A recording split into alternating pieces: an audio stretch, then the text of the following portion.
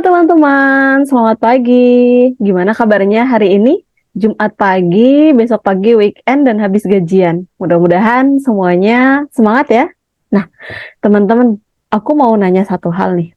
Katanya nonton drakor itu bisa ngajarin kita arti kehidupan. Emang iya? Gimana sih ceritanya kok bisa begitu?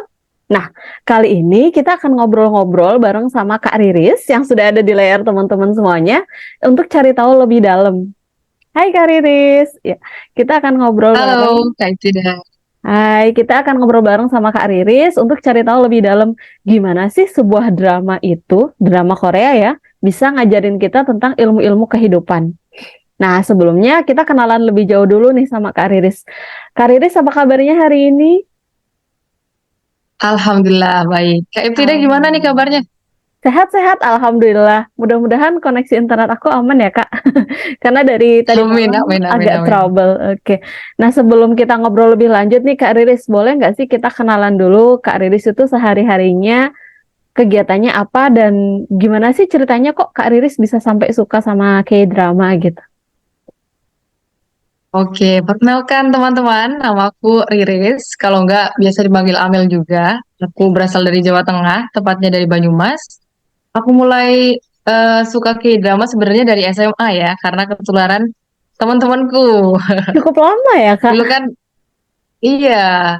Cuma dulu kan tayangnya di TV ya, jadi kita tidak bisa memilih drama apa yang ingin kita tonton. Nah, seiring berjalannya waktu, kita punya apa ya, Netflix dan teman-temannya itu namanya Platform. streaming platform ya, Ya, betul. streaming platform yang berbeda-beda. Kita bisa milih nih, kira-kira mana yang mau kita tonton atau mana yang nggak mau kita tonton. Nah, keseharian aku adalah seorang pengajar freelance dan juga bikin konten gitu, Wih, kurang lebih. Makasih Kak Tidak. konten creator ya, Kak? Masya Allah. Aduh, aduh, aduh. Nah, Berat ya. oke, Kak Riris kan kalau tadi Kak Riris cerita di awal kalau Kak Riris itu sudah mulai suka sama drakor itu dari sejak SMA. Ada nggak Kak drama-drama Mm-mm. favorit Kakak yang sampai sekarang masih sering ditonton ulang gitu? Kalau ditonton ulang, aku termasuk yang jarang nonton ulang sih, karena Hmm. aku merasa masih banyak drama lain yang perlu ditonton, Wow, iya betul-betul. jujur. Tapi ada nih beberapa. Salah satunya adalah Beautiful Gongsim karena dia lucu banget. Terus juga ada My Mister, kalau itu karena aku secara personal memang suka. Dan ada satu lagi, namanya adalah Replay 1988. Wah, kalau drama yang dua terakhir itu kayaknya memang sangat populer ya Kak, si My Mister sama yang Reply 1988. Nah, hari ini nih Kak, Yes, kira-kira betul. kita mau belajar dari drama yang mana tuh Kak? Dari mana ya? Kalau Kak tidak maunya yang mana nih? Karena aku nggak begitu suka drama yang sangat serius. Kayaknya kalau yang My Mister itu cukup serius gitu ya. Iya, Sepertinya, sangat-sangat eh, sepertinya, depressing juga. oh iya, aku jujur Yes, baru nonton sekilas-sekilas sih kalau My Mister. Yaitu kayaknya saya nonton drama itu kan buat hiburan ya. Tapi kalau misalnya yes. dramanya sudah ngejakin kita mikir, terus agak-agak dark gitu, kayaknya skip aja deh. Bukan karena dramanya Iya, nggak nggak bagus apa. ya, tapi karena Iya, lebih betul, ke betul. selera dan kayaknya aku nggak sanggup kalau nonton-nonton begituan, menambah beban pikiran hidup. Oke, berarti kayaknya aku lebih prefer kita ngobrolin drama yang cukup ringan ya, Kak. Kalau dari tiga yang tadi disebutkan, sepertinya yang terakhir sangat populer dan cukup ringan. Apakah kita bisa ngobrol? Yes, betul banget. Ayo kita ngobrol tentang itu. Oke, kita mulai dari sinopsisnya dulu kali ya, Kak. Drama ini tentang Iya, apa sih, iya. Kak? Kalau boleh diceritain ulang gitu. Drama ini sebenarnya tentang persahabatan, tentang keluarga, tentang apa ya, percintaan juga, dan Wow, masa-masa lengkap. remaja. Yes, betul sekali. Jadi drama ini berputar lagi. Terjadi di sebuah lingkungan. Dulu kita kenal kan sekarang ada Seoul ya, Seoul yang versi sekarang.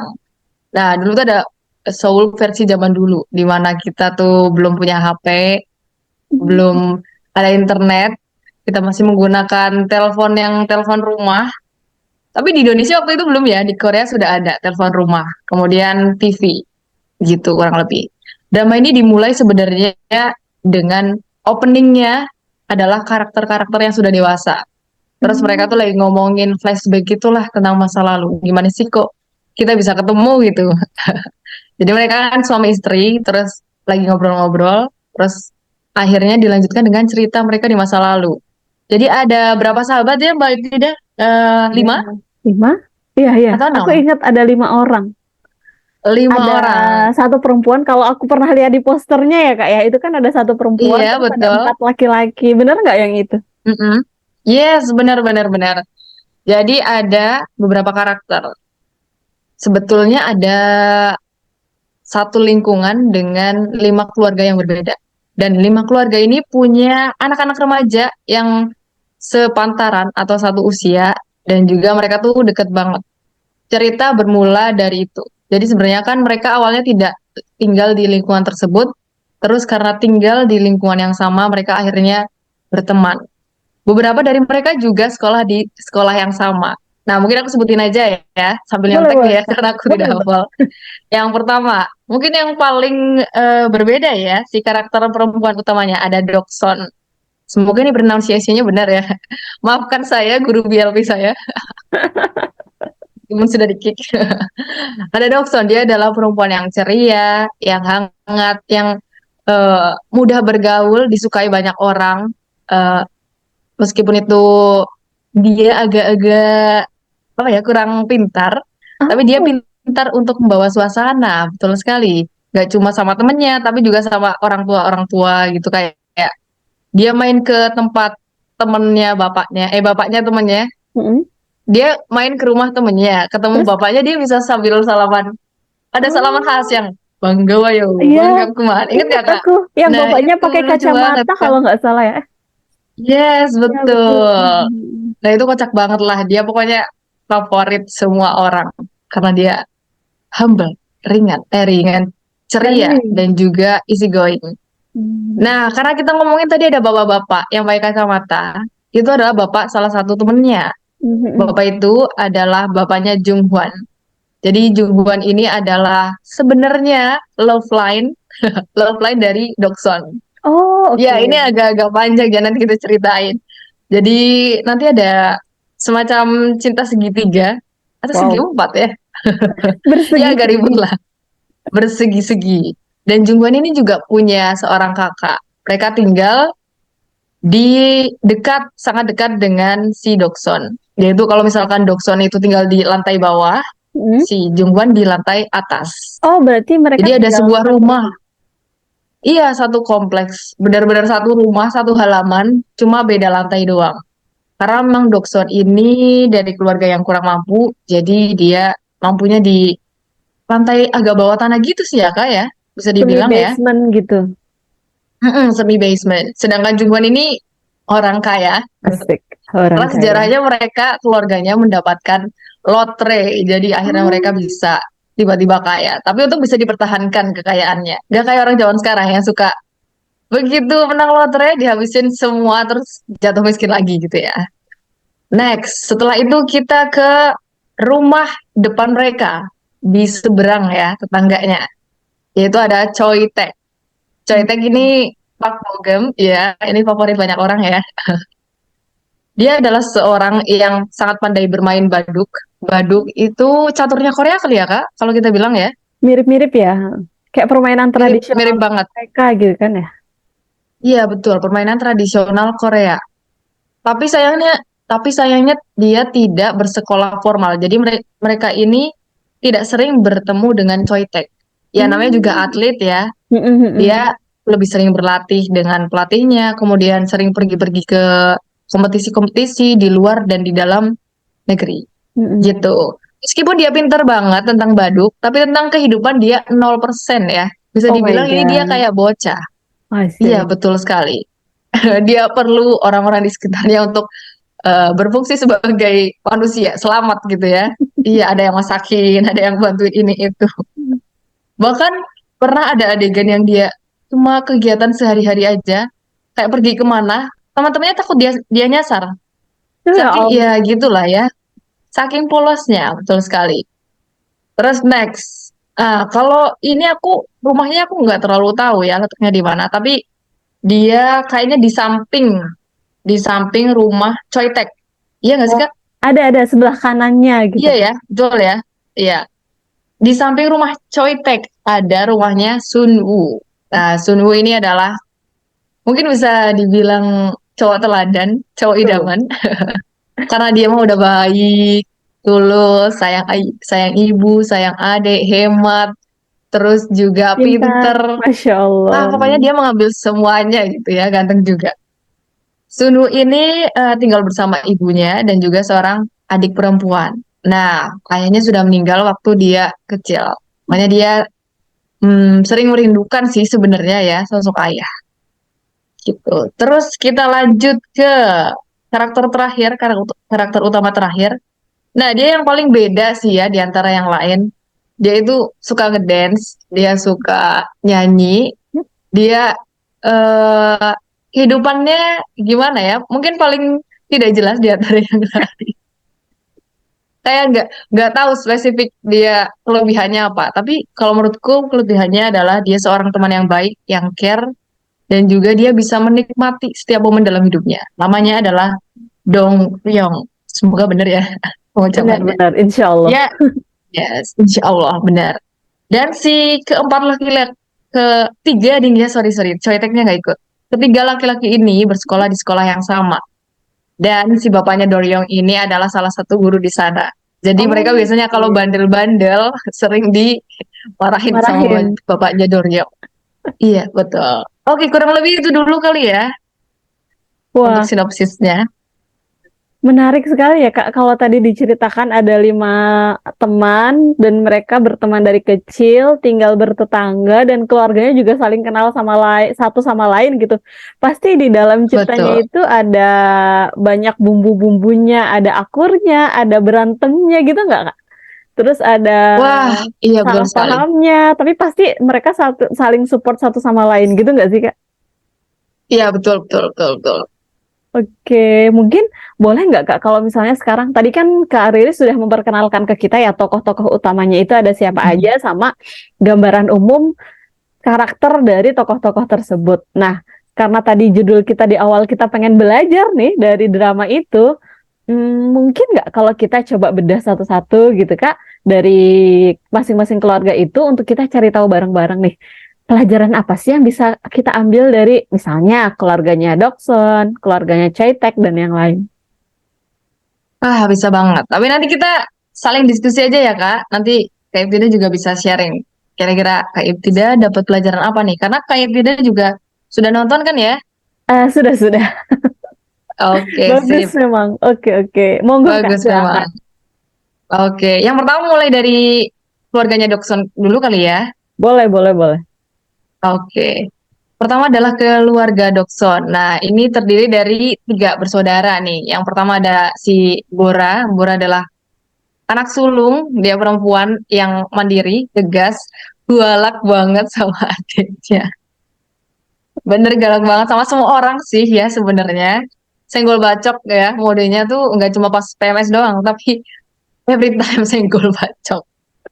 Terus, tapi kelebihannya adalah dia pinter banget, dia sampai masuk NUS ya kalau sekarang, iya nggak sih Kak? Seoul University ya? NSU? Iya, Seoul University. Seoul University, betul-betul. Iya.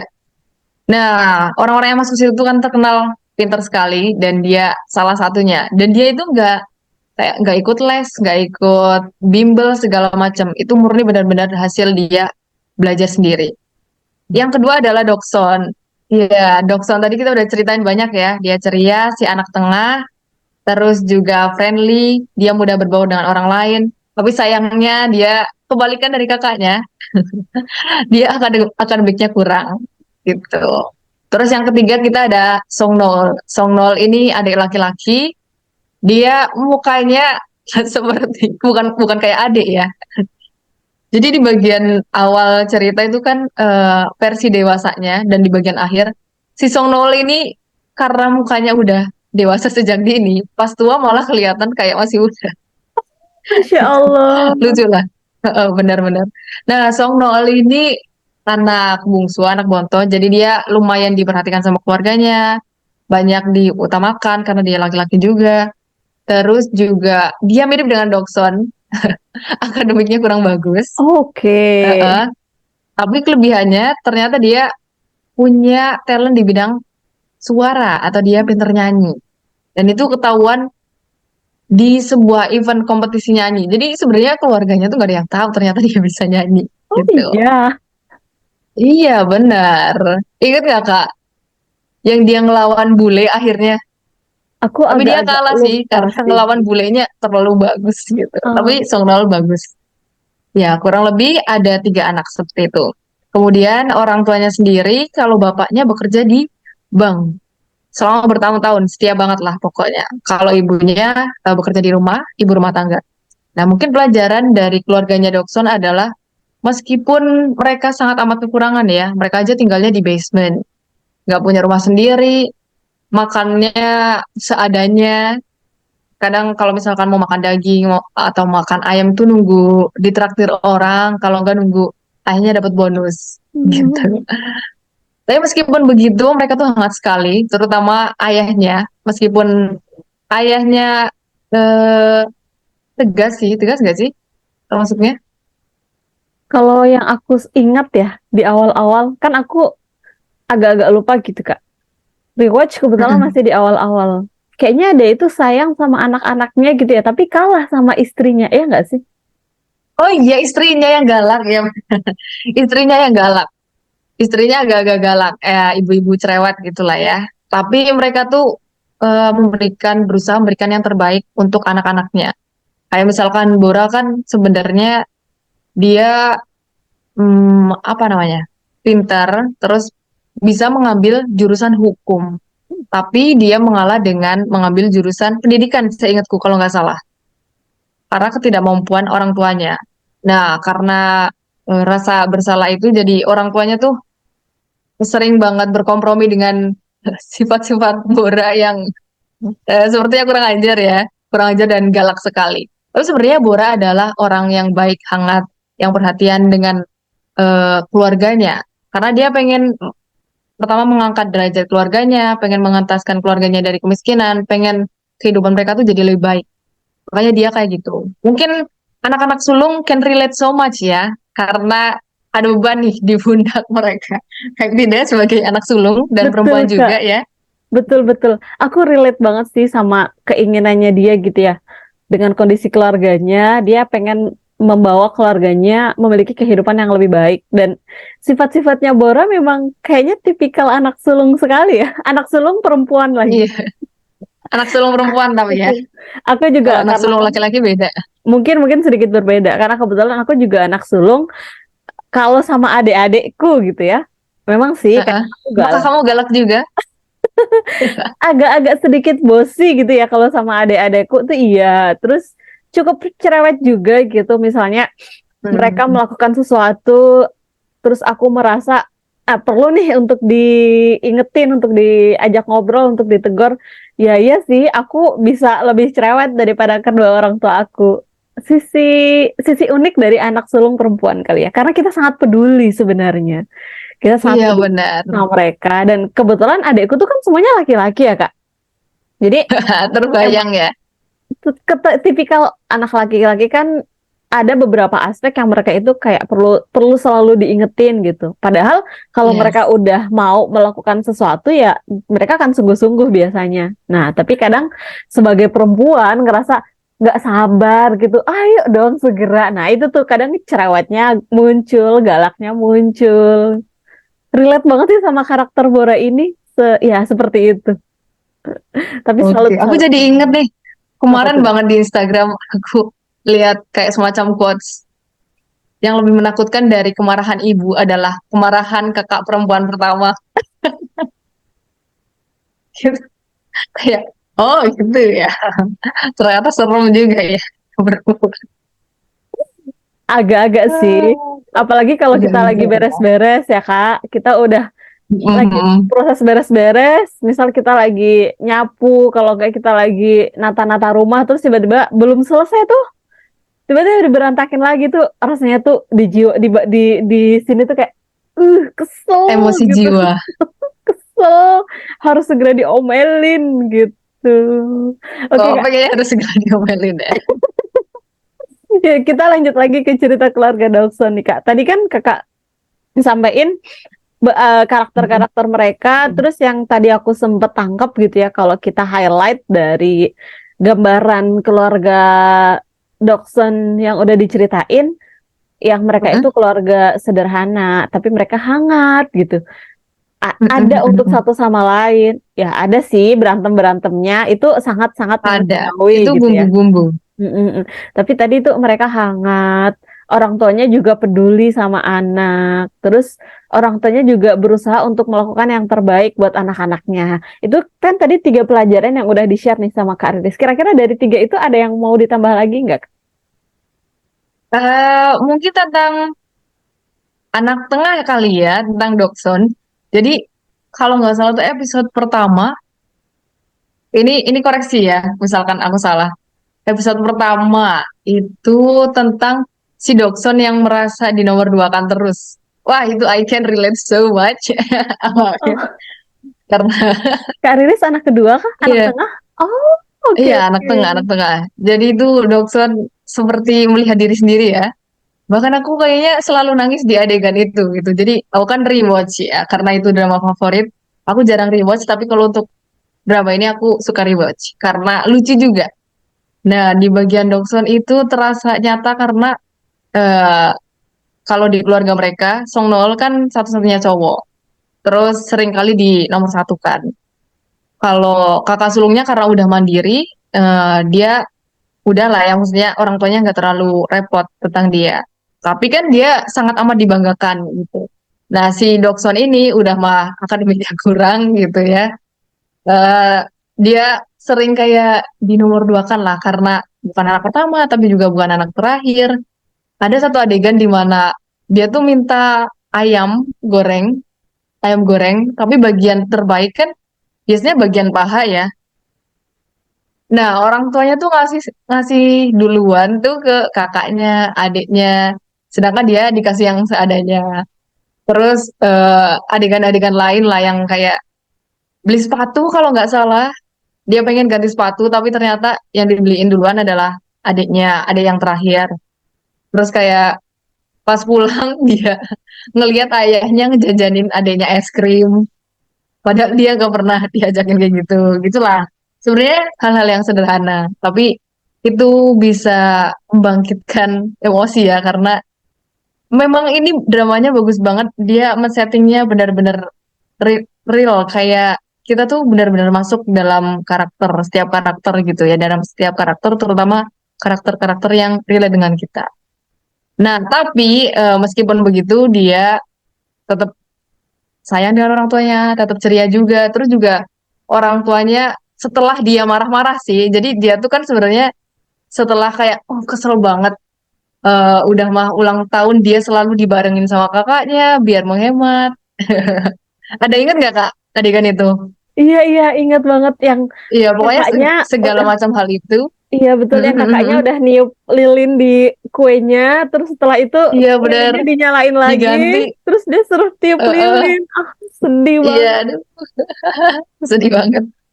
Nah, itu meskipun kayak gitu dia tetap sayang sama orang tuanya. Terus juga setelah dia mengungkapkan frustasinya, akhirnya orang tuanya juga bisa jadi paham lah, bisa treat dia jadi lebih baik. Nah, mungkin pelajarannya adalah eh, anak kalau misalkan ada sesuatu yang ingin disampaikan ke orang tua, sampaikan aja. Ya meskipun mungkin cara kita kekanak-kanakan ya, iya gak? Ya, karena aku juga meskipun sudah 30 tahun, aku masih sangat kekanak-kanakan. Aku juga mengalami ataupun melakukan hal yang sama sebenarnya dengan Dokson. Karena kalau menurutku jalan tercepat untuk dapat perhatian dari orang tua adalah kita tantrum lah ya istilahnya. Kayak bocah tantrum. Tapi Iya habis itu sih. nanti entah kita dapat perhatian, kita dapat apa yang kita inginkan, atau misalkan dikasih inilah penggantinya. Misalkan, oh belum bisa beli ini, tapi bisa beli ini yang lain. Gitu sih kurang lebih. Tapi mungkin seiring berjalannya waktu, kita dewasa mungkin bisa berlatih untuk komunikasi lebih baik. Oke, Ya, nah, dulu aku sering tantrum sih, soalnya iya. malu deh. Jadi tahu ya sekarang kalau tantrum itu sebenarnya apa ya, sebenarnya cara kita untuk memperoleh perhatian dari orang yang kita inginkan, entah Yes, itu orang betul, keluarga, betul, betul. entah itu Mhm. teman, atau kalau yang dari tadi diceritakan itu kan sama orang tua gitu ya. Si dokternya tantrum biar orang tuanya itu ngeh gitu loh sama kemauannya dia, dan sama tadi yang disebutin sama Kak Riris di akhir, kuncinya adalah komunikasi, quote unquote gitu ya. Jadi meskipun tadi Dokson ngerasa, ih aku kok kayak di anak anak tengah yang kayak ngerasa di anak tirikan gitu nggak sih? Iya. Agak-agak ngerasa kurang ditreat dengan adil gitu sama orang tuanya. Tapi dia itu mau akhirnya tantrum dan akhirnya mereka bisa komunikasi gitu ya Kak. Mengkomunikasikan Iya, apa keinginan masing-masing, dan ini jadi poin yang sangat penting sih yang menurut aku gitu ya. Setelah tadi 3 poin sebelumnya udah dijelasin, tetap hangat gitu ya satu sama lain dalam keluarga, peduli dengan anggota keluarga kita, terus sebagai orang tua berusaha melakukan yang terbaik sama anak-anaknya. Yang terakhir tadi nih yang ngena banget, komunikasi dalam keluarga. iya Dari betul. keluarga Dukun kita bisa belajar komunikasi yang baik, mau untuk menyampaikan kemauan kita, keinginan kita, ekspektasi kita, itu ngebantu kita untuk memiliki relasi yang lebih baik di keluarga gitu ya Kak. Iya betul. Oke, nah Jadi kadang daripada kita sukanya silent treatment gitu ya, itu kan kan nggak saling nggak ngomong, atau malah kita berharapnya mereka tahu tanpa kita ngasih tahu. Ya mereka bukan paranormal ya, bukan cenayang. Lebih baik kita sampaikan aja. Jadi sebenarnya misalkan berantem, berdebat itu it's okay as long as we can like meet our expectation about each other gitu. Sepanjang berantemnya itu menghasilkan sesuatu yang baik, ditutup dengan baik, dengan baikan, kalau menurutku sebenarnya nggak apa-apa. yang penting ya berantem itu Tidak kayak abusive ya, tidak abusive. betul-betul, yang penting tidak abusive, berantemnya kayak ya kita adu Berantem yang argumentasi sehat. dengan cara yang benar gitu ya, itu something yang Iya betul. normal. Karena kita tidak sepakat sama orang lain ya itu wajar, ada di dunia. Yang penting kita mau mengkomunikasikan dengan cara yang baik gitu ya Kak. Wah, sangat menarik nih. Ini Yes. baru dari satu keluarga loh, kita udah dapet Iya ini kayaknya kelebihan waktu nih. Banyak udah dapat banyak sekali cerita, dan ngelantur udah ya. dapat banyak sekali pelajaran. Tapi tadi yang di highlight ada 4 gitu ya. Nah, karena waktunya juga udah ini ya Kak, kita nanti coba lanjut ke keluarga berikutnya kali ya Kak. Tapi Iya, sebelum yuk. Kak Riris mau minum dulu, boleh nanti kita lanjut lagi di sesi selanjutnya. Oke Kak Riris, tadi kan kita udah ngobrolin tentang keluarga Dokson nih. Apa bacanya? Dokson ya, betul. Dokson. Iya betul. Kita tadi udah ngobrolin tentang keluarga Dokson dengan begitu banyak pelajaran yang bisa kita ambil. Sekarang kita boleh nggak move ke keluarga-keluarga yang lain? Oke, kita ke keluarga Tech dulu kali ya, Choi Tech. Boleh, boleh Kak, boleh. Oke, untuk keluarga Choi Tech, mereka sebenarnya hanya terdiri dari 2 orang ya. Karena ibunya Choi Tech itu sudah meninggal ketika waktu dia kecil, dan dia hanya tinggal bersama dengan ayahnya. Nah, berkebalikan dengan keluarganya si Dokson yang rame ya, yang penuh dengan pertengkaran, eh, cerewet-cerewetan satu sama lain gitu ya, rebutan makanan. Soetek ini keluarganya super duper kalem, bapaknya pendiam, anaknya juga pendiam. Ingat nggak Kak? Iya, iya. Sampai-sampai bapaknya tuh dijuluki apa ya, beruang kalau nggak salah, ya nggak sih? Nah kalau julukannya aku agak lupa nih Kak. Lupa ya, pokoknya bapaknya emang sudah terkenal di lingkungan sana itu yang kalem, pendiam. Tapi kalau misalkan berkaitan dengan situasi yang urgent, jadi di tempat itu, di lingkungan mereka tuh pernah ada colongan, ada maling, dan yang paling sigap sekali itu bapaknya Choi Tek. Wih, Jadi mantep. dia makanya kayak beruang gitu ya, diam-diam, gitu. Nah, itu tentang bapaknya. Bapaknya pendiam, single parent, dia hanya mengurus teks saja di rumah, nggak ada siapapun. Dan kerasa banget sepinya sih, maksudnya dibanding dengan keluarga Dokson yang berarti ada 5 orang, mereka cuma berdua. Bapaknya ini berprofesi sebagai, aku nggak tahu dulunya itu apa, karena mereka sebenarnya pindah dari suatu tempat ke tempat tersebut. Cuma waktu di tempat ini, bapaknya itu jualan jam. Nah, Choi Taek kan seorang atlet ya, jadi dia duitnya banyak nih. Terus banyak menang-menang piala lah, penghargaan segala macem. Suka dibawain barang-barang mahal. Makanya keluarganya Choi Taek meskipun hanya berdua itu berkecukupan, bahkan termasuk yang mungkin terkaya ya, terkaya. Jadi si tetangga-tetangga nih, si bapak-bapak, ibu-ibu tuh suka minta traktirin ke bapak beruang ini kalau misalkan si Choi Taek-nya menang. Sedangkan Choi Taek sendiri, dia adalah anak yang pendiam, lugu, polos, tapi yang hampir kayak, ya mungkin dia terlihat sangat amat wow karena dia seorang atlet, dia masuk koran, dia diberitakan di mana-mana, menjadi pengharum nama Korea sampai ke Cina sana. Tapi dia itu susah untuk bertahan hidup tanpa orang lain ya. Kayak istilahnya mereka aja janjian ke bioskop, takutnya kesasar nih. Teman-teman tuh tidak bisa membiarkan Choi Taek sendirian karena takut mereka dia terluka lah, tersasar dan lain sebagainya gitu. Nah, sebenarnya Choi Taek yang kelihatan kalem, pendiam dan kuat gitu ya. Dia sebenarnya sangat amat merindukan sosok ibunya. Jadi seingatku di episode berapa gitu ya, dia tuh pernah mengungkapkan betapa rindunya dia kepada ibunya sampai kayak nangis-nangis gitulah. Oh, kalau nggak salah setelah ada, pokoknya ada salah satu kerabat kerabat kerabat keluarga dia, kerabat siapa ya aku lupa Mbak. Kak, Yang kenapa tuh? kalau nggak salah neneknya apa ya, neneknya Dokson meninggal, terus bapaknya Dokson tuh kayak lagi bersedih. Jadi beberapa hari setelah balik dari pemakaman, bapaknya tuh kelihatan sedih. Terus kalau budaya Korea kan suka minum-minum gitu ya di depan. Terus Choi Taek tuh baru pulang dan menghampiri si bapak tersebut. Terus dia menceritakan bagaimana, eh jadi emosional ya. Bagaimana dia yang dari kecil aja tidak punya memori dengan ibunya. Jadi sedangkan bapaknya Dokson setidaknya sampai umur yang segitu, sampai sampai tua lah ya, sampai punya anak, dia masih punya memori tentang ibunya gitulah. Itu cukup sedih. Dan ternyata Pak Bogem juga di dunia nyata bukan berasal dari keluarga yang lengkap. Dan itu dia ceritanya, wah, kayak kayaknya itu merepresentasikan perasaan dia yang sebenarnya sih, kayak kayak bukan acting kali ya. Iya, Itu betul-betul. saking saking mendalaminya. Wah, itu keren banget sih. Tuh. Terus apa lagi ya, Kak? Mungkin Kak Ib tidak ada yang berkesan dari keluarganya Choi Taek? Aku jujur agak kurang begitu mengingat ya Kak. Yang aku ingat itu adalah scene yang tadi Kak Riris bilang gitu. Mereka itu berdua sama-sama pendiam dan mereka itu si Choi Taek itu hampir nggak bisa hidup seolah-olah gitu ya.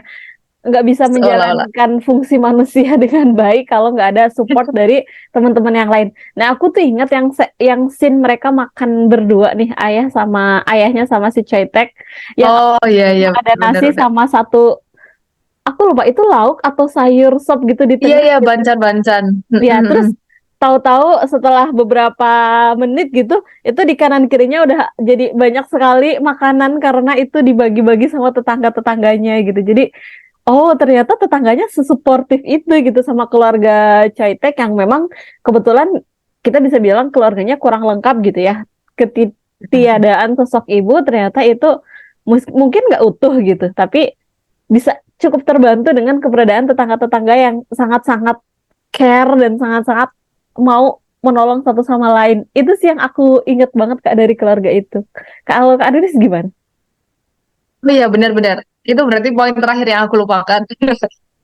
Poin terakhir adalah bagaimana seseorang yang mungkin keluarganya tidak lengkap ataupun bisa dibilang, tapi nggak broken home juga ya, bisa dibilang nggak sih?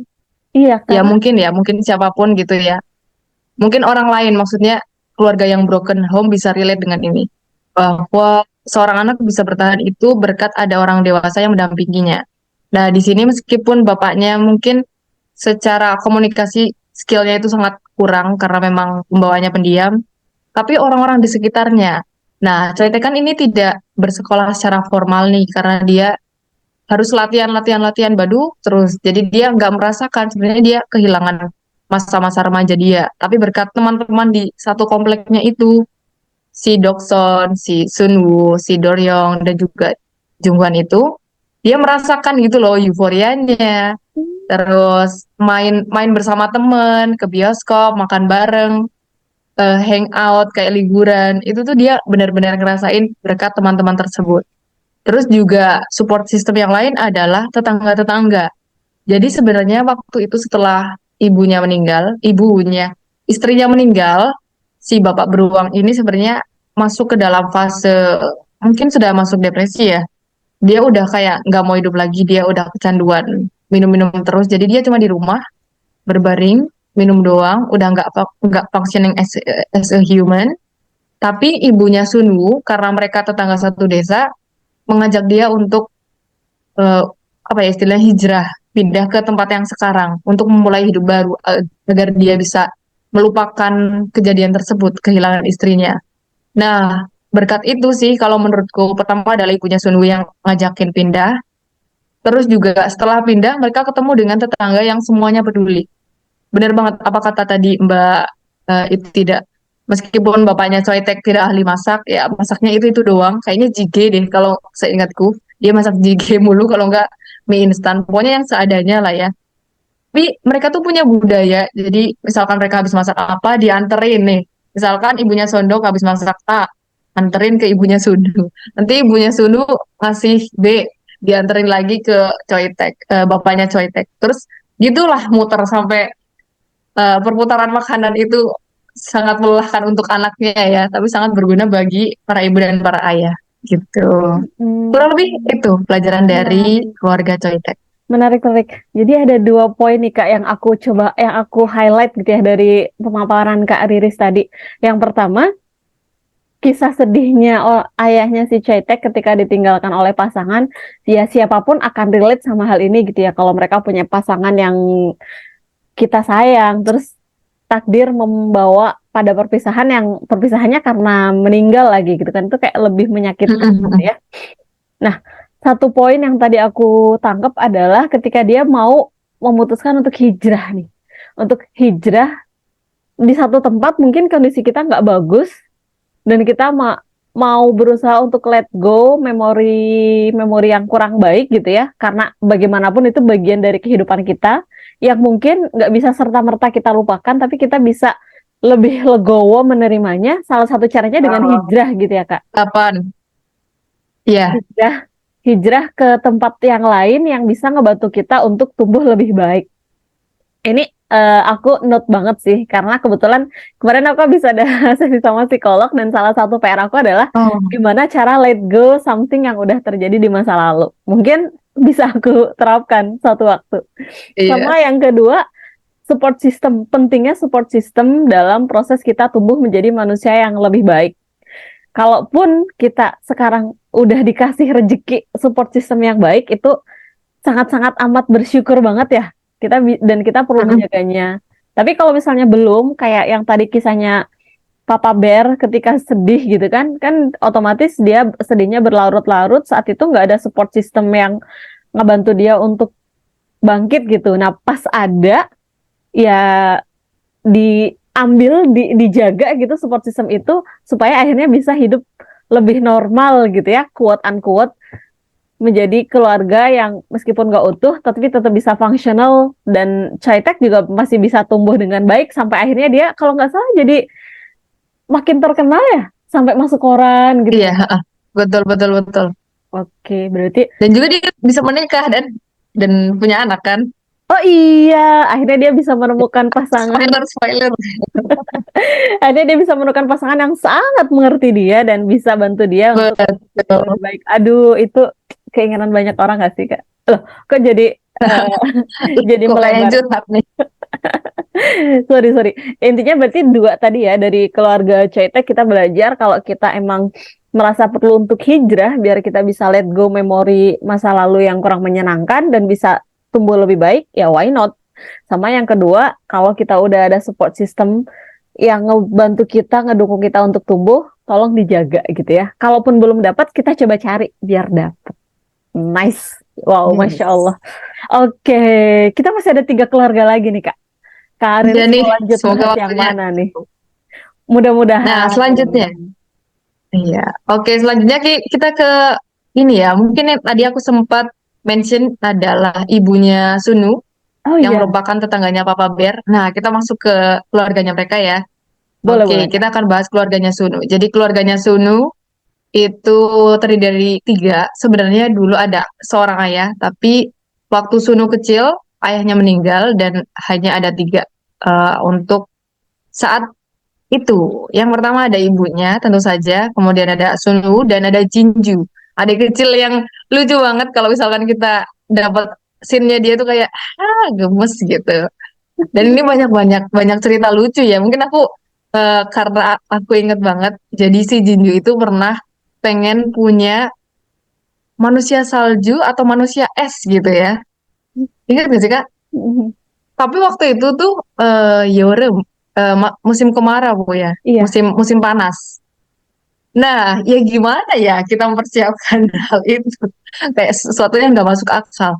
Tapi orang-orang nih satu tetangga satu kompleks itu berusaha dengan amat sangat untuk mewujudkan keinginannya si Jinju. Mereka cari balok es yang gede, terus dipahat, terus disusun sampai menjadi seperti manusia salju.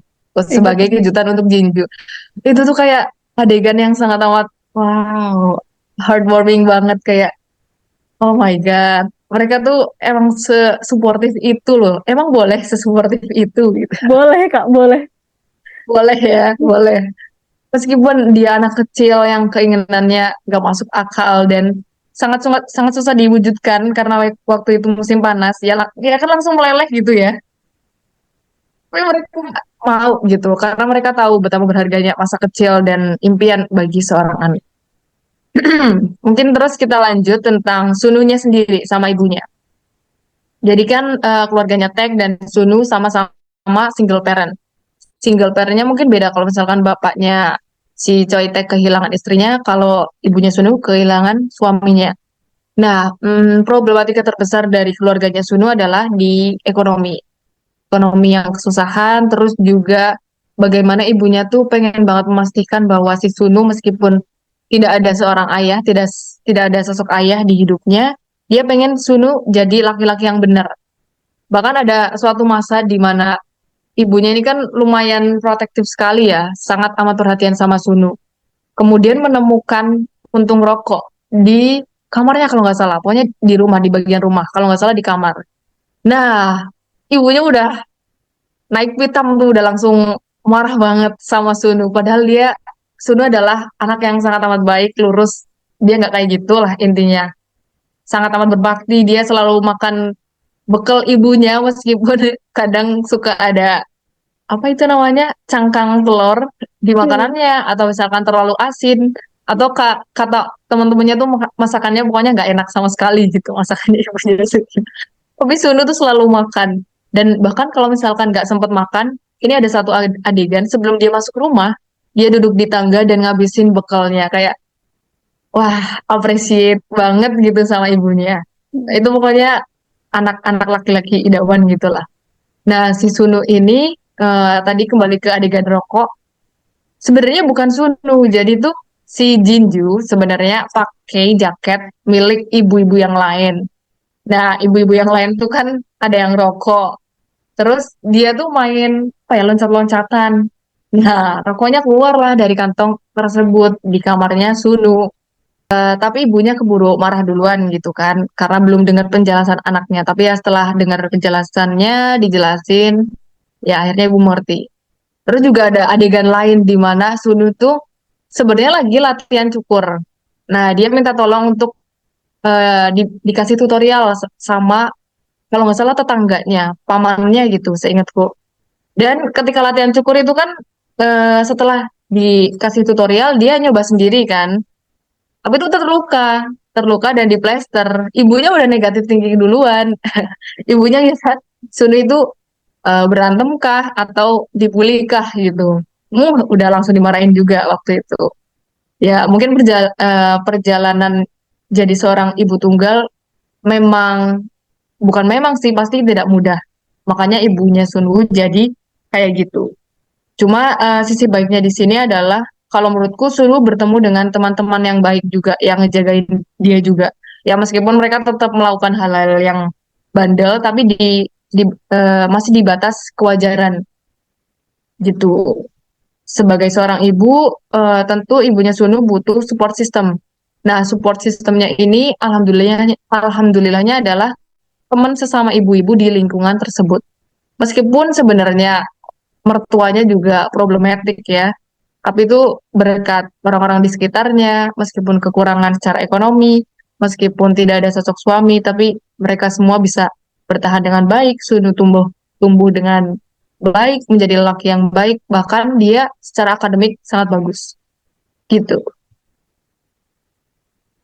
Masya Allah, sangat komprehensif ya diceritakan dari sisi ibunya Sunu, dari kejadian yang menimpa adiknya Sunu, sama dari sisi Sununya sendiri. Aku nge-highlight satu sih yang sangat-sangat berasa hangat gitu ya. Bukan satu, dua, tiga. Apa tuh? Tiga malah. Ada tiga tuh. Ada tiga malah. Yang tadi yang bagaimana Sunu itu berusaha untuk apresiatif gitu ya sama apa yang sudah diusahakan ibunya. Jadi kayaknya lebih dari tiga jatuhnya Kak. Dia itu sangat dia itu Ini juga sangat nggak apa-apa sih, memahami gitu terserah. ya. Dia itu sangat memahami kondisi ibunya dan dia itu berusaha untuk apresiatif ya, untuk menghargai apa yang sudah ibunya usahakan dengan cara yang baik gitu. Jadi kayak PR, jadi pengingat, bukan PR ya. Jadi pengingat buat aku, aduh, aku udah seapresiatif itu belum ya sama mama sama papaku. Padahal kan beliau sudah melakukan banyak hal untuk aku sampai bisa hidup cukup layak gitu lah ya hingga saat ini gitu. Mama, papa maafin aku. Jadi ingat itu. Itu ngerasa banget gimana kita perlu menghargai usaha orang gitu ya yang sudah dilakukan untuk kita dalam kebaikan. Terus yang kedua tadi yang begitu care-nya tetangganya, mereka mau gotong royong. Sisi gotong royongnya ini untuk sama-sama ngewujudin keinginan adiknya Sunwoo itu manis banget sih. Kayak ya Allah, hangat sekali. Kalau misal kita punya tetangga-tetangga yang kayak gitu, kayaknya Masya Allah, sangat-sangat bersyukur. Dan memori ini akan ada di memori Jinju ya. Maunya Jinju saat dewasa nanti melihat hal ini kayak, wah betapa berartinya, betapa suportifnya orang-orang di sekitarku gitu. Jadi pengajak pendidikan karakter ke anak itu nggak dengan kita menceramahi mereka, tapi kita memberikan teladan ke mereka. Iya Ya benar. Bahkan ampun. dalam artian kan kadang kita, ini jadi ngomongin parenting ya. Kadang orang tua takut untuk selalu memenuhi kebutuhan anak atau keinginan anak. Padahal mungkin ya kita bisa pilih-pilih mana sih kebutuhan yang memang kita perlu penuhi, mana yang enggak. Dan Jinju kan masih polos ya. Mungkin si manusia salju ini dianggap sebagai seorang teman yang berarti kayak tokoh kartun yang dia suka. Kayak anak-anak zaman sekarang kan mereka role modelnya pasti tokoh kartun gitu ya, bukan dari orang-orang tua. Mereka mungkin belum paham dengan gimana sih cara mencontoh orang tua gitu, mencontoh tokoh-tokoh yang baik. Tapi dengan melihat kartun, oh kartun ini berarti buat aku dan manusia es ini berarti gitu saat itu buat Jinju. Mungkin itu sih kurang lebih. Masya Allah, ada satu lagi nih Kak, yang buat aku ini cukup cukup kena ya, karena kadang aku tuh orangnya cukup peka sama orang lain, jadi sometimes aku punya asumsi atas orang-orang tertentu yang harusnya kita nggak boleh. Aku ingat nasihat salah satu tokoh penulis Indonesia, apa ya, intinya itu kayak jangan menghakimi adil dari sejak di pikiran. Jadi nggak boleh judge mental terhadap orang gitu ya.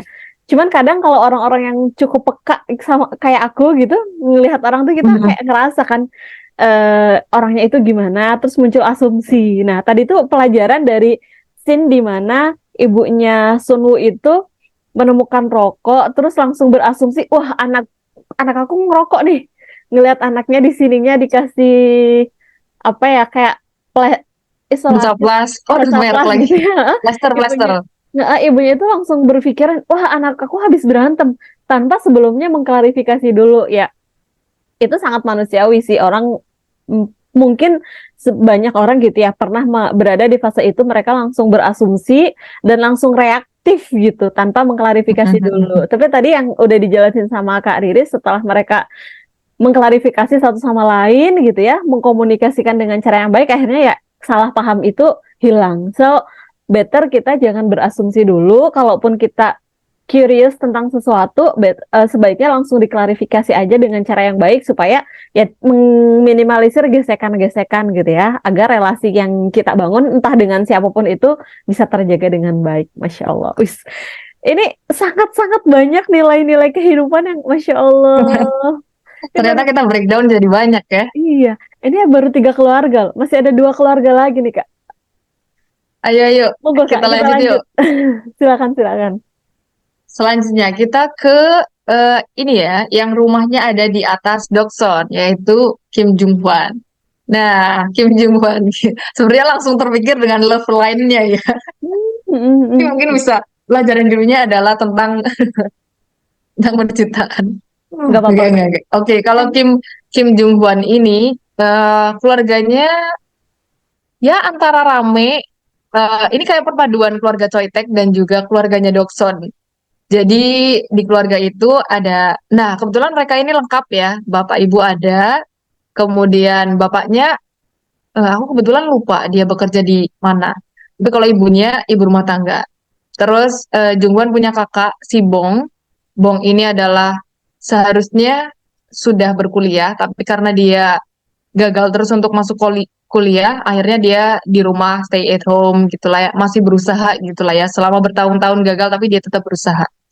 Tapi dia juga suka ke distraksi sama hal-hal lain. Kayak misalkan lagi ngetren ngirim pesan di radio, dia terus-terusan ngelakuin hal itu.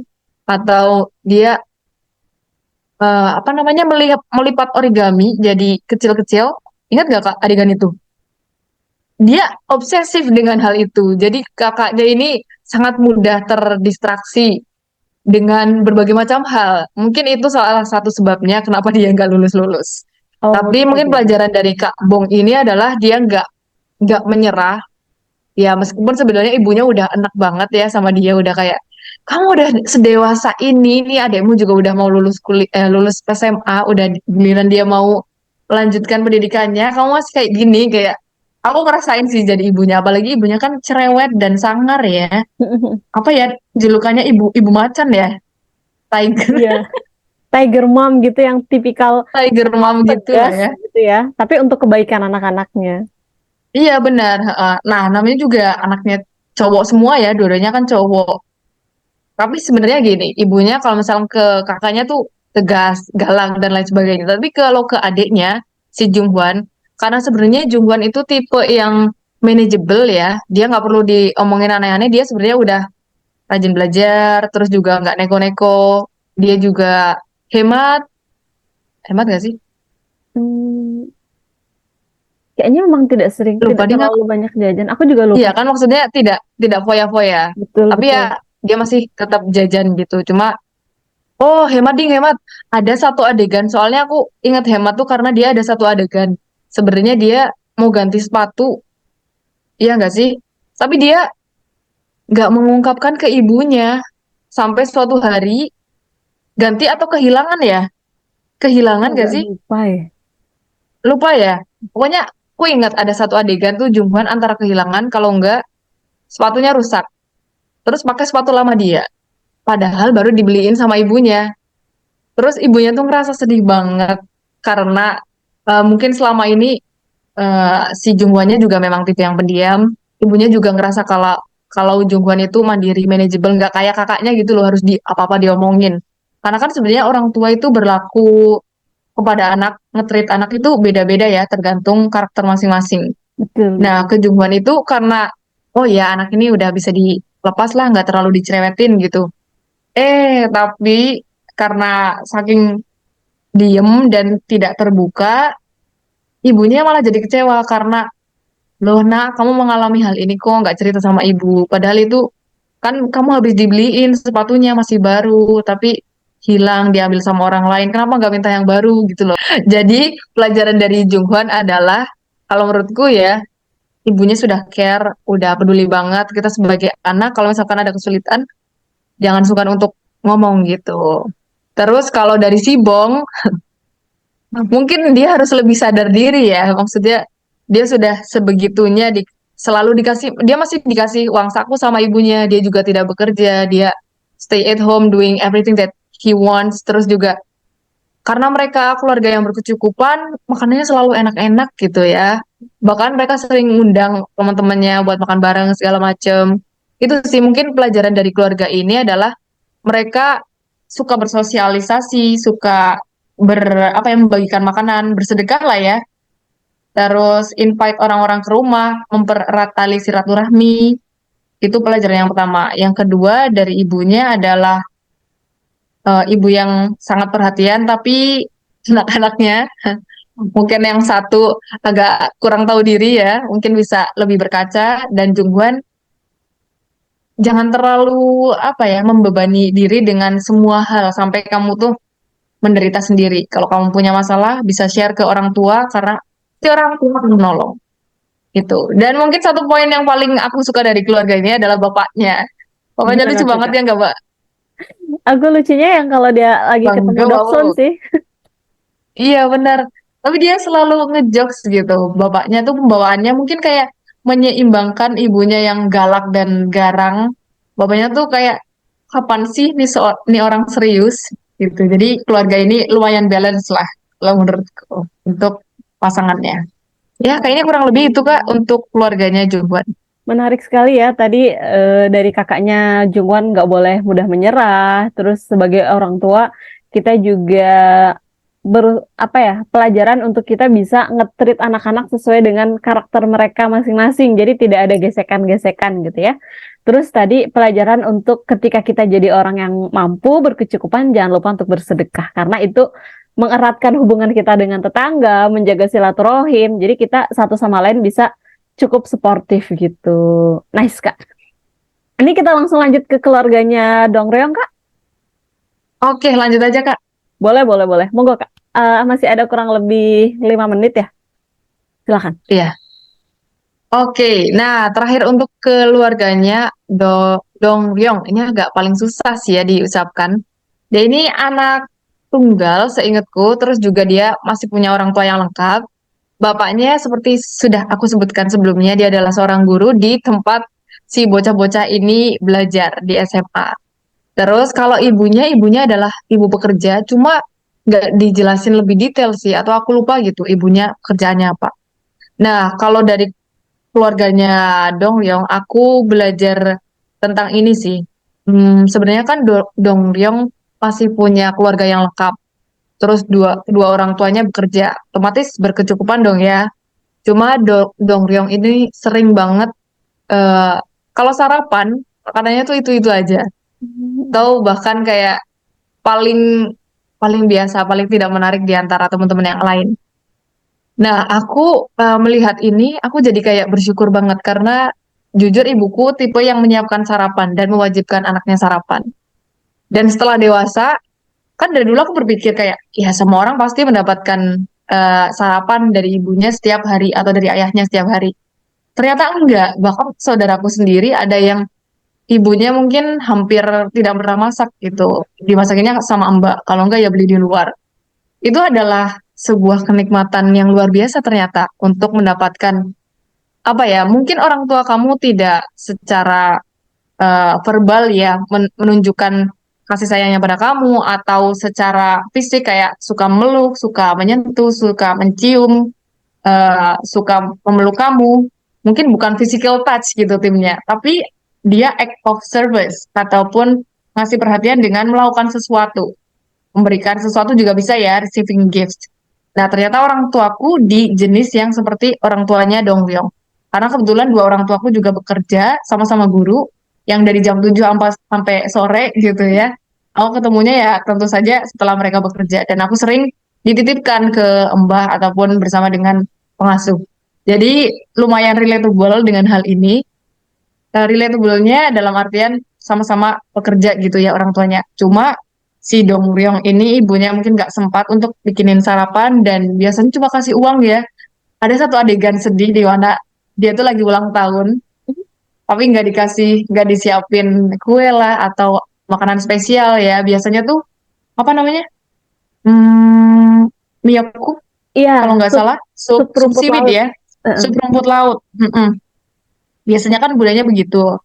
Cuma dia tuh sedih karena dia cuma dikasih uang, terus dikasih note silakan beli dan traktir teman-temanmu gitu. Terus dia tuh ngambek, ngambek dia pergi kayak pura-pura kabur gitulah ya.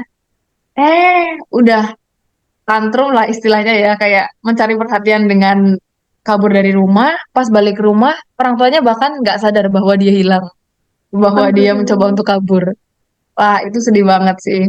Karena jujur orang tuaku, aku selalu dikasih sarapan setiap hari dan kalau ulang tahun ibuku tuh sering masakin kayak nasi kuning lah atau adekku pernah request mie ayam lah atau eh, tahun ini aku dibelikan roti birthday cake gitu kayak jadi setiap ulang tahun tuh berkesan buat aku gitu dan aku kayak menunggu-nunggu oh tahun ini dikasih apa ya sama ibu ya meskipun aku tidak dikasih hadiah kayak tas baju atau apa-apa tapi selalu ada makanan spesial di hari ulang tahunku.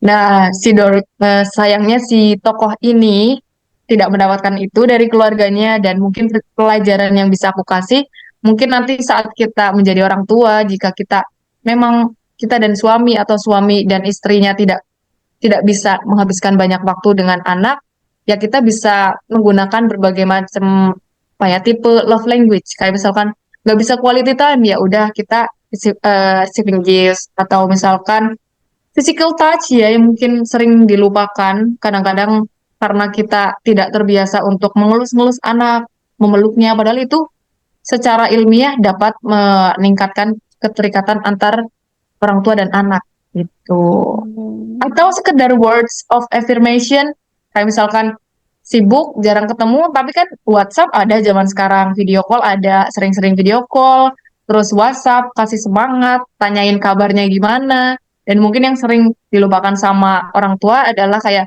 hari ini habis ngapain nak? Cerita dong tentang teman kamu, tentang kamu habis belajar apa, atau misalkan cerita yang seru apa nih hari ini. Jadi jangan cuma ditanyain kamu ranking berapa, dapat nilai berapa, enggak gitu ya. Jadi hal-hal yang sederhana yang justru ketika ceritanya seputar hal-hal yang anak suka itu akan lebih nyambung gitu. Karena sejujurnya aku belajar dari keluarga buleku ya, jadi aku punya bule di keluarga mereka itu sangat amat terbuka komunikasinya. Mereka suka ceritain tentang politik, tentang bola, tentang buku, pokoknya segala macam dibahas dan itu hangat sekali. Itu sih aku yang belajar dari keluarganya si Dong Ryok. Oke, Masya Allah. Sangat banyak ya. Kalau dari keluarga Dongreng itu aku lihat lebih banyak ke memahami love language orang yang beda-beda gitu ya. Asal kita mau berusaha memahami dan berusaha mengerti, insya Allah relasi kita tetap terjaga dengan baik. Sama satu lagi, kayak jadi reminder supaya kita nggak take for granted apa-apa yang hal-hal sederhana yang mungkin sekarang kita rasakan. Oke Kak Riris, menarik banget ya tadi Kakak udah mengelaborasi 5 keluarga berikut lesson learned yang kita bisa ambil dari masing-masing keluarga yang Masya Allah itu banyak banget. Padahal itu baru secuplik-cupliknya gitu ya. Kalau misal kita breakdown lebih detail lagi mungkin akan lebih banyak lagi nih. Tapi karena keterbatasan waktu jadi kita kayaknya bahas itu tuh udah sangat-sangat lebih dari cukup. Nah, aku mau mengkonfirmasi satu hal nih Kak. Tadi kan Kakak sempat mention kalau Jungwon itu dia itu ada love line sama si Dokson. Mungkin tadi Kakak bilang kita bisa belajar tentang ya percintaan gitulah ya dari mereka berdua. Gimana tuh Kak? Boleh tolong dijelaskan lebih lanjut Kak? Oke, ini kakak tim apa dulu nih? Tim Choitek atau tim Jungkook? Sebenarnya kalau boleh jujur aku tim Jungwon. Tapi aku realistis juga sih jadi Dokson. Kalau misal mengharapkan sesuatu yang nggak pasti, yang pasti-pasti aja. Nah itu jadi ya teman-teman, mungkin buat yang belum nonton, awalnya ini karena Doksun kan satu-satunya perempuan ya. Bukan satu-satunya perempuan, maksudnya tokoh perempuan utama satu-satunya adalah Doksun. Sebenarnya ada Bora sebagai kakaknya, tapi dia kan bukan termasuk tokoh utama. Nah, si Doksun ini sebenarnya awalnya suka sama Sunu. Cuma Sunu ternyata suka sama kakaknya itu Bora. Terus ya udah biarin mereka kan udah ya berlalu, udah jadi couple. Terus Doksun ini masih ngambang di nasibnya dia sama siapa gitu. sebenarnya dia habis itu suka sama Jungwon.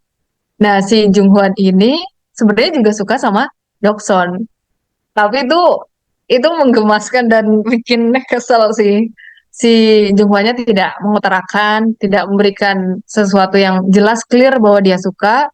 Tapi si Doksonnya juga, tapi sebagai cewek mungkin problematikanya gitu juga ya. Dia mau mengungkapkan takut ditolak, tapi juga nggak ngungkapin sakit dia dipendam sendiri cintanya gitu.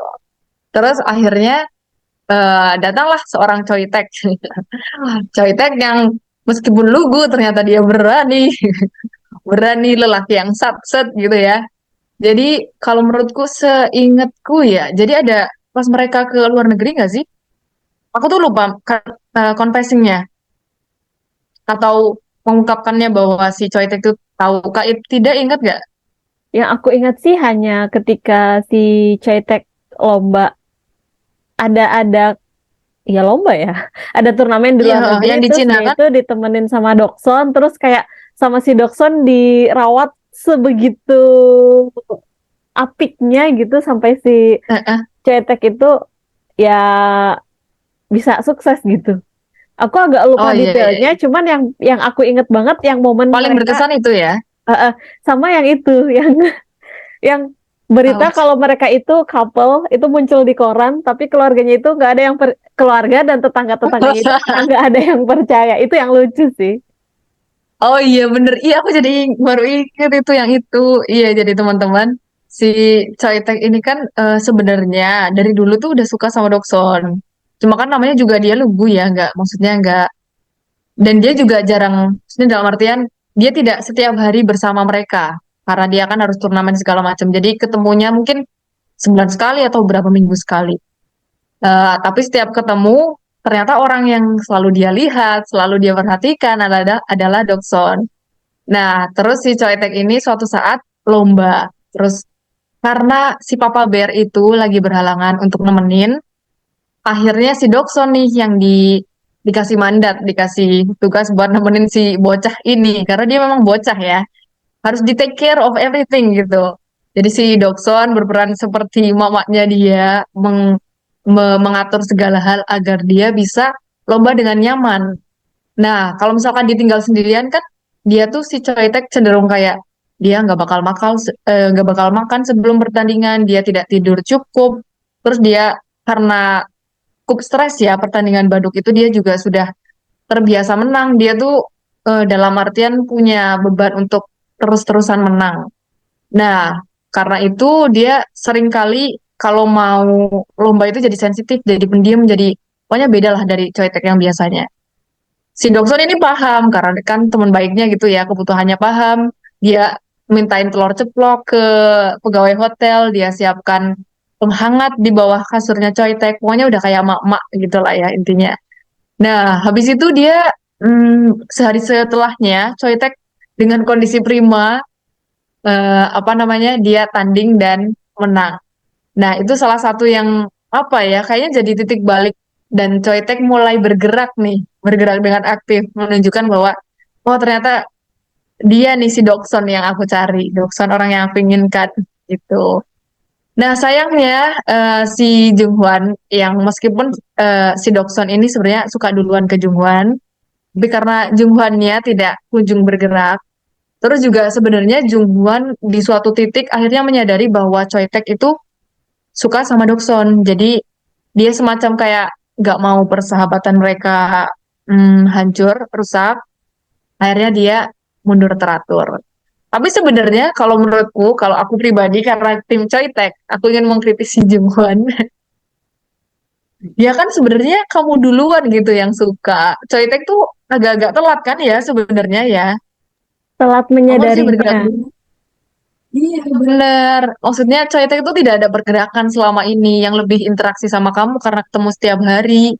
Yang sering berantem, yang lucu-lucuan, yang ya pokoknya banyak adegan dengan kamu itu ya itu loh si cewek itu. Kenapa nggak kamu confess dan kejar gitu? Sampai akhirnya kamu sendiri kan yang menyesal padahal udah menyiapkan sampai nyiapin cincin ya seingatku ya. Mm-mm. Kayak aduh ini memang apa ya kisah cintanya agak gemesin. menyedihkan ya. Iya, betul. Hmm. Itu sih pelajaran tentang bagaimana mendapatkan pasangan yang kamu inginkan. Yang pertama adalah satset seperti Choi Taek. Yang kedua adalah jangan kebanyakan ragu atau mikir seperti Jungwan. Itu kalau dari aku. Kalau dari Kak Ibtida gimana nih? Karena sebagai tim Jungwan. Sebagai tim Jungwon, iya sih, kayak aku pengen ngasih tahu Jungwon, itu loh Jungwon, kalau kamu udah, kan kita kalau misal kita mencari pasangan pasti ada ini dong, ada kriteria-kriteria aku pengen punya pasangan yang seperti ini, seperti itu gitu. Dan Mm-mm. kalau memang sudah ada orang yang sesuai, nggak harus 100% gitu ya, paling tidak kalau bisa Mm-mm. 100% sih alhamdulillah banget sesuai dengan kriteria kita. Kalau ada yang sudah sesuai dan kita tahu posisinya itu possible untuk kita approach, ya kenapa nggak coba kita approach gitu, supaya kita nggak menyesal. Kan lebih baik kita nyesel ditolak, tapi kita tahu kita udah berusaha daripada kita nyesel karena kita nggak mencoba sama sekali. Untuk hal-hal positif ya That's the teman-teman. point. Uhuh. Ini Yes, ini untuk wah itu hal-hal quotes positif yang sangat gitu. mewakili ya. Jadi apapun kesempatannya. Kalau di sini kan kebetulan di kisah percintaan antara Percintaan. Jungwon sama Betul. Doksun. Tapi di setiap kesempatan dalam kehidupan, ketika kita ngerasa sesuai sama kriteria kita, terus kita juga udah ready kan, si Jungwon juga udah ready lah harusnya ya untuk kayak Mm-mm. confess gitu ke Doksunnya. Kita ngerasa kita cukup ready, ya kenapa enggak kalau kita coba daripada kita nyesel di belakang. Itu sih Kak Iya, yang aku betul tangkap dari sekali. Jungwon. Cuman aku salut juga sama si Choi Taek gitu. Karena Choi Taek itu ngegambarin ke kita tahu nih Mm-mm. apa yang kita butuhkan, kita Mm-mm. sadar dengan apa yang kita butuhkan, kita memahami dan kita mau berusaha meraih apa yang kita butuhkan itu gitu. Itu nilai plus dari si Choi Taek sih. Jadi meskipun aku tim Jungwon, ya aku menerima takdir. Oh memang yang terbaik ya mereka berdua si Doksun sama Choi Taek karena mereka tahu kebutuhan satu sama lain dan mereka mau apa ya mau mau menyadari itu dan mau terbuka mau jujur sama diri kita sendiri dan akhirnya Mm. bisa berjalan sampai akhirnya mereka menikah dan punya anak betul. Iya, spoiler. Sorry Maaf ya teman-teman. teman-teman. Tapi itu sih bener, belajar saat-saat, jangan ragu-ragu. Kalau emang udah oke kriterianya, kita udah ready, ya gas aja gitu. Nice, nice. Aduh, tapi Nice. gak apa-apa sih, cuman gak dapet Doksun di drama, tapi dia dapat di real life. Mudah-mudahan. Weh. Awet lagi sampai sekarang. Iya, kok kita jadi ngomongin orang? Gak apa artis. Oke, Masya Allah Kak, udah banyak banget nih ya tadi pelajaran yang di-share sama Kak Riris, sekaligus nyeritain ke kita garis besar dramanya itu seperti apa, ada spoiler-spoilernya juga, tapi tenang teman-teman, meskipun banyak spoiler di sana-sini, kalau kalian menonton dramanya, insya Allah kemungkinan besar kalian juga tetap bisa menikmati kok, karena banyak detail-detail yang itu tuh gemesin kalau untuk dilewatkan. Heeh. Oke, Kak. Harus sih wajib. Iya betul. Ini waktunya kayaknya udah cukup panjang gitu ya kita ngobrol, Ya. kita belajar kehidupan dari drama Reply 1988. Mungkin sebelum kita tutup nih, Kak, apakah ada kayak closing statement atau rangkuman atau mungkin tips dan nasihat dari Kakak terkait pembelajaran hidup dari drama ini, Kak? Silahkan. Oke. Kayaknya kalau untuk nasihat saya belum mumpuni ya. Saya juga masih perlu banyak nasihat. Mungkin ini kali ya. Aku mau memberikan insight-nya adalah karena aku sudah suka nonton drama sejak lama, terus juga dulu tuh Korea kayak dipandang sebagai, iya apa sih nonton Korea gitu. Nah, aku merasa kayak gini, orang-orang yang belum nonton itu kan belum tahu ya apa yang mereka konsumsi dari, maksudnya orang yang belum nonton drama tersebut atau drama-drama lain yang dari Korea kan belum pernah menonton drama-drama tersebut. Mereka belum tahu bagaimana orang Korea itu membuat film begitu serius, begitu niat, dan risetnya tidak main-main, sampai-sampai membuat orang-orang dari luar Korea itu bisa engage, bisa merasa relate, bisa memetik begitu banyak hikmah. Pelajarannya adalah kenapa kalian nggak coba dulu gitu. Coba kalian nonton dulu, menurut kalian bagus nggak nih? Menurut kalian dapat banyak pelajaran nggak nih? Karena seringnya gini, mereka mengata-ngatain Korea atau ngata-ngatain orang yang suka Korea, tapi padahal mereka belum melihat sendiri karya yang dihasilkan sama orang-orang Korea. Karena setelah K-Wave ini menjadi besar, terus BTS segala macam kan populer banget, semua orang kan jadi suka Korea ya. Korea jadi diterima banget gitu. Sedangkan dulu seperti minoritas kayak dipandang aneh segala macam. Padahal zaman sekarang itu udah sangat umum. Jadi ketika ada orang melakukan sesuatu yang mungkin menurutmu berbeda atau tidak biasa, jangan langsung ngejudge lah. Cobain dulu atau sih trial dulu gitu, trial. Apa sih yang mereka konsumsi, apa sih yang mereka baca. Ini berlaku juga untuk hobiku yang lain. Aku kan selain suka baca buku, nonton Korea. Nah, kedua hobi ini bukan hobi yang biasa di zaman dulu. Kayak Hmm. orang melihat aku baca buku, ih kamu rajin banget sih, kutu buku banget. Padahal coba deh kamu baca buku yang aku baca atau baca buku yang tepat. Kamu mungkin akan jatuh cinta terhadap buku juga, terhadap membaca juga. Jatuh cinta juga dengan bagaimana isi di dalam drama Korea itu benar-benar niat.